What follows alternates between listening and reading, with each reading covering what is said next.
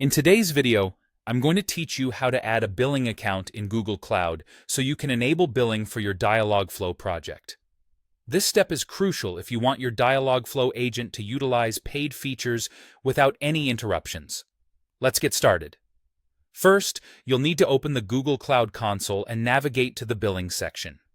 This is the centralized place where Google Cloud allows you to manage everything related to your billing. Once you're in the billing section, look for an option that says Manage Billing Accounts. This section is where you can control and organize the accounts that Google Cloud uses to bill for usage and services.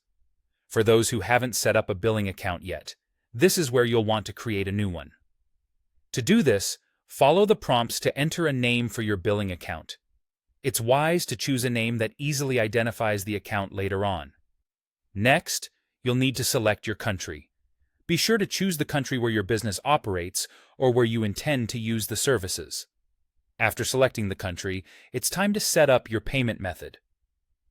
Google Cloud offers several payment methods, so pick the one that works best for you, ensuring it's a valid and accepted method. This is a straightforward process, but be sure each detail is accurate to avoid any delays or issues later on. Once your billing account is all set up, the next step is to link it with your Dialogflow project. Head over to your Dialogflow project, which is hosted within the Google Cloud console. Look for an option titled Change Billing or Link Billing Account. Clicking this allows you to connect your Dialogflow project to a billing account. In the next prompt, choose the billing account you just created. This is an important step because it aligns your Dialogflow project with the right billing structure on Google Cloud. Once selected, confirm your choice, and just like that, your project is linked to the billing account.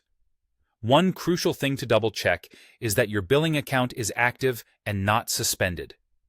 An active status ensures that your Dialogflow usage is billed correctly, preventing any unexpected interruptions in service. And there you have it. You've successfully added a billing account and linked it to your Dialogflow project. This setup enables your chatbot to operate fully and utilize any paid resources it might need. In our next video, we'll dive into how to monitor your billing and set up budget alerts so you can manage your expenses effectively. Thanks for watching, and see you next time.